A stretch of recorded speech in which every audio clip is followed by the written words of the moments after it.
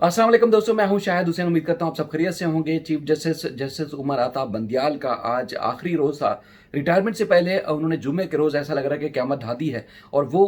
लोग, वो सियासतदान, वो ब्यूरोक्रेट्स जिनके ऊपर अरबों रुपए की करप्शन के इल्ज़ामात थे, और उन्होंने अवाम की भलाई के बेहतर बजाय अपनी जो है वो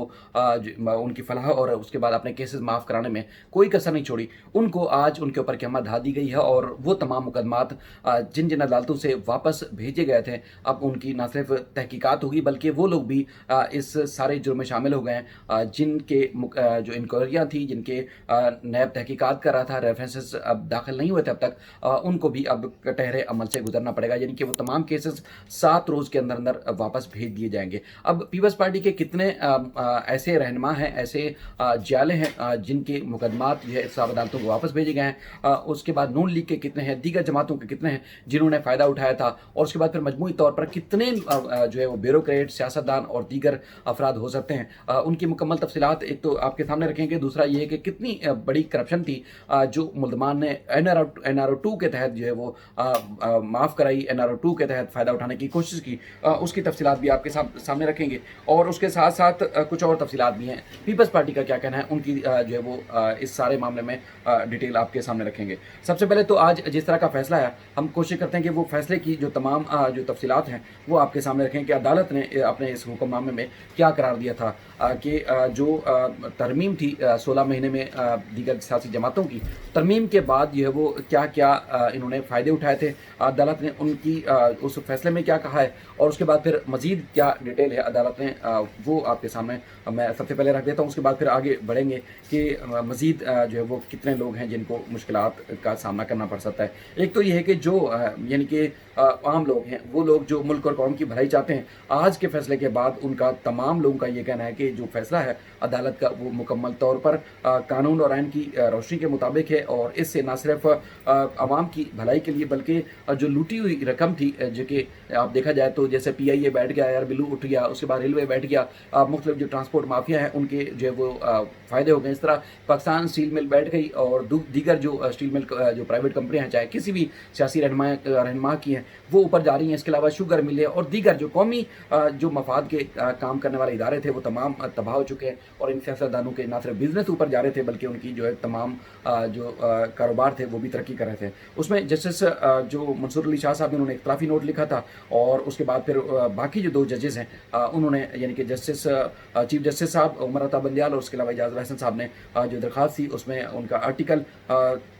9, 14 और 1924, इसके अलावा 25 के तहत जो है काबिल समात करार दी। इमरान खान की दरख्वास्त थी, और अवामी उहदों पर रहने वाले तमाम अफराद के केसेस जो है अदालत ने बहाल कर दिए थे, जो केसेस इन्होंने NRO 2 के तहत माफ़ करवा लिए थे या हिसाब अदालतों में वापस चेयरमैन नैब को इरसाल किए गए थे।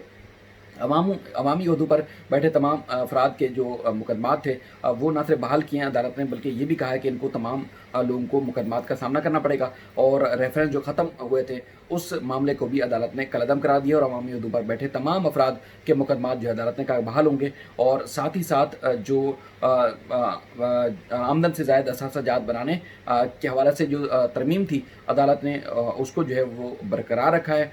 इसके अलावा प्ली बार्गेन के हवाले से की गई तरमीम जो है अदालत ने कलअदम करार दी। एहसाब अदालतों के नैब तरमीम की रोशनी में दिए गए अहकामात को भी अदालत ने कलअदम करार दे दिया। यानी कि बेशतर लोग ये भी फ़ायदा उठा सकते थे कि हाई कोर्ट ने या किसी भी हिसाब अदालत ने उनके केस को जो है वो कानून के मुताबिक वापस भेजा था या इनको बरी करार दिया था और इंक्वायरी को ख़त्म कर दिया था। अदालत ने वो तमाम के फैसले, तमाम के तमाम, यानी कि सिंध में, पंजाब में, इस्लामाबाद में, खैबर पख्तूनख्वा या बलूचिस्तान में जो हिसाब अदालतों के फैसलों के बाद जो मुकदमा भेजे गए थे वो तमाम फैसले अदालत ने कलअदम करार दे दिए हैं। और उसके बाद इस फैसले की रोशनी में चाहे नवाज शरीफ हैं, शहबाज शरीफ है, मरीम नवाज है, मौलाना फजल रहमान के केस हैं वो बहाल कर दिए गए हैं। और इसके अलावा तकरीबन अगर देखा जाए तो 1 सदर और उसके बाद फिर साबिक सदर और 6 साबिक वज़ीर आज़म समेत जो है वो मौजूदा जो निगरान वज़ीर आज़म हैं नुमान हक काकड़, इनका भी जो करप्शन का केस था वो बहाल हो गया। फरियाद टालपुर, इसहाक डार, ख्वाजा साद रफ़ीक राना, सनाउल्लाह के केस भी बहाल हो गए। और उसके बाद फिर ये भी है जावेद लतीफ़ मखदूम खुसरो बख्तियार, आमिर महमूद कियानी, अकरम दुरानी का केस भी जो है बहाल हो गया है। सलीम मानवी वाला, नूर आलम और नवाब असलम रईसानी, डॉक्टर मालिक बलोच के केसेस बहाल हुए हैं। इसके अलावा और भी बेशुमार चीज़ें जो मैं आगे चल के आपके सामने तफसीलात रखता हूँ। सैयद आदिल गिलानी के भी और अब्दुल अलीम खान, आसिफ जरदारी के केसेस भी जो है वो मुकम्मल तौर पर बहाल हो गए। अब हम आते हैं इनकी मजबूरी तादाद की तरफ, कि तादाद इनकी कितनी है, जो इनको जो है वो पीपल्स पार्टी के कितने हैं और रहनुमा हैं, और नून लीग के जो रहनुमा थे वो कितने थे जिन्होंने फ़ायदा उठाया हुआ था। मजमूई तौर पर जो तफसीलात सामने आई हैं मुख्तलिफ हिसाब अदालतों से, मुख्तलिफ नैब के जो सोर्सेज हैं उससे हासिल होने वाली जो तफसीलात हैं, उनके मुताबिक 450 से ज़ायद साबिक अरकाइन पार्लियामेंट,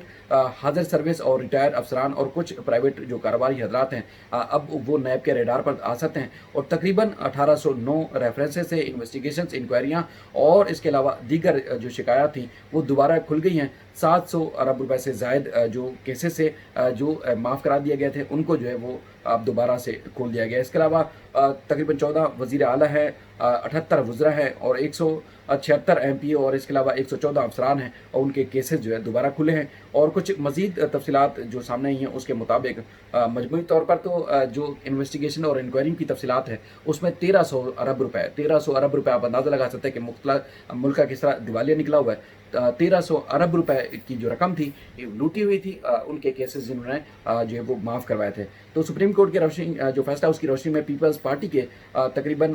89 और साबिक जो है वो मेम्बरान हैं, नून लीग के 62, तहरीक इंसाफ के 47, MQM के 8 और उसके अलावा काफ लीग और JUF के 12,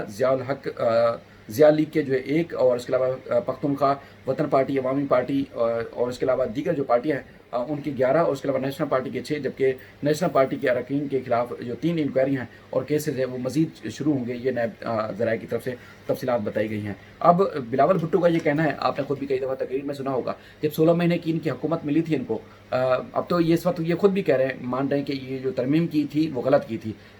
आमिर का कानून कहा जाता है और कह